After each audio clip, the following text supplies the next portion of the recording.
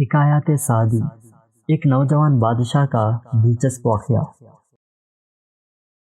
زمانہ قدیم کی بات ہے، ایک ملک تھا۔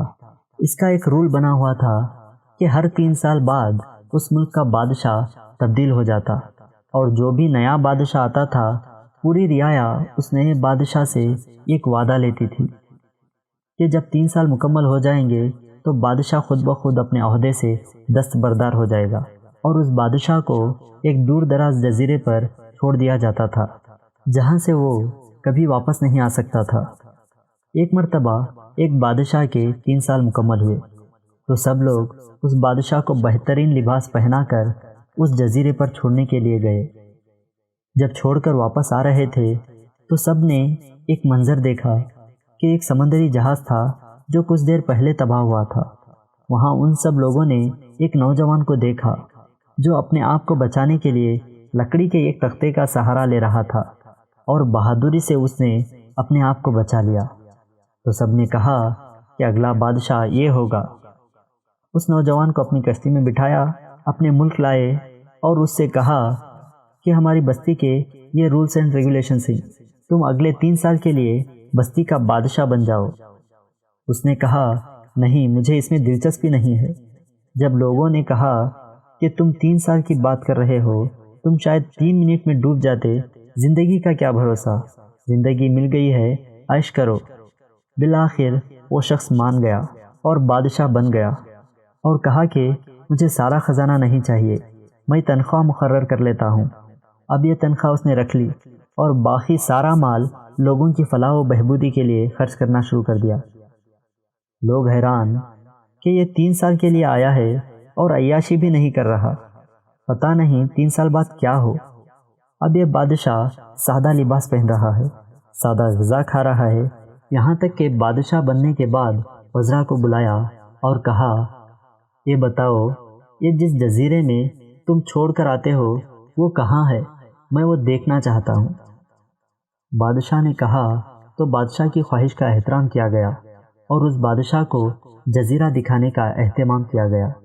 بادشاہ جب جزیرہ پہنچا تو دیکھا کہ ایک وحشت ناک جنگل ہے جس میں جنگلی جانوروں کی آوازیں جنگل کے باہر تک سنائی دے رہی ہیں، اور اس نے وہاں پچھلے بادشاہوں کے ڈھانچے دیکھے جو وہاں چھوڑے گئے تھے۔ بادشاہ واپس آیا، مزدوروں کو بلایا، کچھ اور لوگوں کو بلایا، سب کو ایک کام پر مامور کر دیا۔ دوبارہ اس جزیرے کو لے کر گیا اور کہا کہ 1 مہینے کے اندر مجھے اس جنگل کو بالکل صاف کر کے دو، تمام جانوروں کو یہاں سے نکال دو، تمام فالتو درختوں کو کاٹ دیا جائے۔ بادشاہ نے کہا تو لوگوں نے حکم کی تعمیل کی۔ وہ بہت سادہ زندگی بسر کر رہا تھا اور ساری تنخواہ اس جزیرے کو آراستہ کرنے میں لگا دی، اور ہر مہینے اس جزیرے کا دورہ کرتا تھا، کام کی نگرانی کرتا تھا۔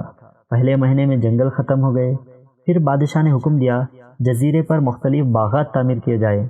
کچھ مہینے بعد یہ حکم دیا کہ جزیرے پر مختلف پالتو جانور مثلاً گائے، بھینس، بکریاں، مرغیاں وغیرہ آباد کی جائیں۔ جب یہ ہو گیا تو ایک اور حکم دیا کہ جزیرے پر ایک گھر تعمیر کیا جائے۔ یہ بھی ہو گیا۔ جزیرے پر ایک چھوٹی سی بندرگاہ بنا دی جائے تاکہ وقت گزرنے کے ساتھ ساتھ جزیرہ خوبصورت شہر میں بدل جائے۔ یہ بھی ہو گیا۔ بادشاہ نے یہ کام بڑی خاموشی سے کروایا۔ رعایا اس بات سے آگاہ نہیں تھی کہ یہ سب ہو گیا ہے، اور بالآخر 3 سال بھی مکمل ہو گئے۔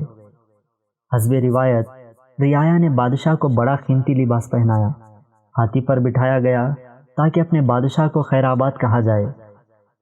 بادشاہ دوسرے بادشاہوں کے مقابلے بہت خوش تھا، تو لوگوں نے کہا کہ بادشاہ آخر کیا بات ہے، تمام بادشاہ تو اس دن بہت غم زدہ ہوتے تھے، آپ بڑے خوش ہیں۔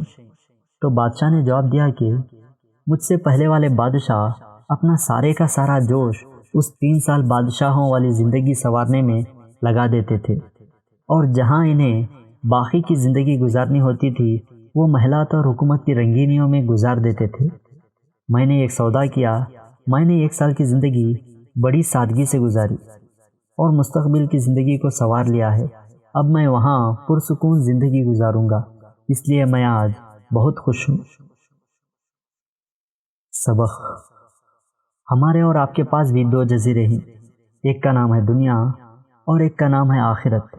اب دنیا والے جزیرے پر ہم چند دن یا ماہ یا چند سال رہنا ہے، لیکن آخرت کے جزیرے پر ہمیشہ کے لیے رہنا ہے۔ اب مجھ پہ اور آپ پہ ڈیپینڈ کرتا ہے کہ ہم کسے سنواریں، پل بھر کی دنیا کو یا ہمیشہ والی آخرت کو۔